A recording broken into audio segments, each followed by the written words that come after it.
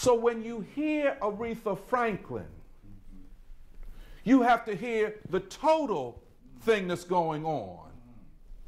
Of course, you know, when Aretha became so powerful and so large among black people, the white entertainment world tried to appropriate her and make her mainstream. And if you read the history of that, you'll see that it was a difficult thing to do. Aretha does not fit the mainstream because her music is too truthful and too honest and truthful to where it comes from. Now I want to play some Aretha Franklin, but you have to start with the church, with the sanctified church. You really do. Aretha Franklin does not begin with natural woman and respect and so on. And her greatest music is church music. And I think her greatest recorded album is Amazing Grace, recorded in 1971 in Los Angeles, California, under the direction of the great James Cleveland. All right. All right. Come on, James Cleveland. With in attendance her father, C.L. Franklin, and Clara Ward, who herself is a monumental figure in gospel. Now, Clara Ward, I just want to say a small thing about Clara Ward. And if I had time, I'd talk about the Chicago caravans.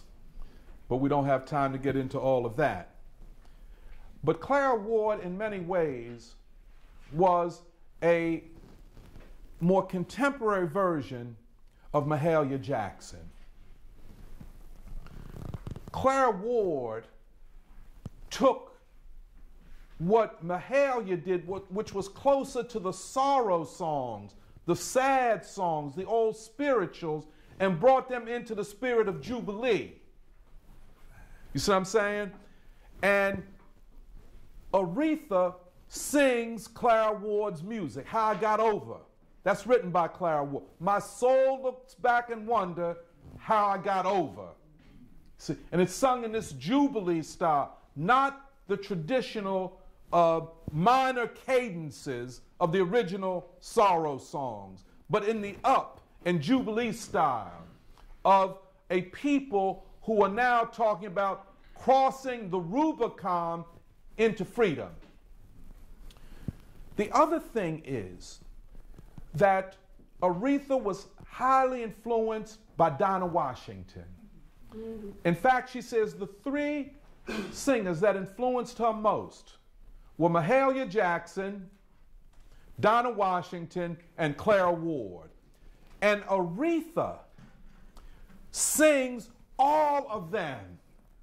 She sings Dinah. In fact, she goes back before Dinah to Bessie Smith, who was an influence upon Dinah Washington. She sings the music of Mahalia Jackson and the music of Clara Ward. So we get this woman who kind of is the summary, the high point of maybe 200 years of black narrative through song. And the song is our original narrative. Before there was the written word, there was the song. W.E.B. Du Bois says, in the souls of black folk, on these shores, the black church, and by church he meant the spiritual community, the black church precedes the black family. And the music and poetry of the sorrow songs, we call them the Negro spirituals, of the sorrow songs precedes literature. The sorrow songs, Du Bois tells us, were the transmutation of the African melodies and work songs, transubstantiated through the experience of the transatlantic slave trade. It was the experience in the holds of the slave ships that gave birth to this music, an entire music based upon the minor chords, the blues. And it is out of the sorrow songs that we get what we call the blues. And then you electrify it and you get rhythm and blues and rock and roll. But basically it is the blues. Before I play Aretha, I want to say a couple things about why I think it's so important now. Because we've lost the song. We don't sing like we used to. Now, if you go to sanctified churches, yes, they are singing in them sanctified churches. You see what I'm saying? A friend of mine goes to a church in Philadelphia, and I've known of this church for a long time, and I only recently had a chance to go there under the leadership of a prophet named Prophet Cherry. And they consider themselves Hebrews who believe in Jesus. So there's a difference here from the Jews. And when you go to that church, and it looks like it did in the 1940s. I used to see them out in the street carrying on service, but I never had a chance to go there. And you go up in that church, they got about 3 men playing trombones, a couple of saxophones, alto, tenor, congas, piano, organ, and trap drums. And they carry on. You know what I'm saying? And then when it gets real good, they start marching around.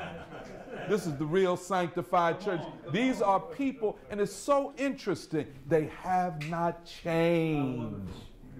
It's such a beautiful thing. And if we had a modern day Zora Neale Hurston, that anthropologist would spend his time or her time studying that church and figuring out why these people have not bent to the assimilationist pressure of America. You see what I'm saying? Such a beautiful thing. And I like to start with Aretha in the church. And again, I think this is her greatest music. And then I'm going to go to her singing the blues.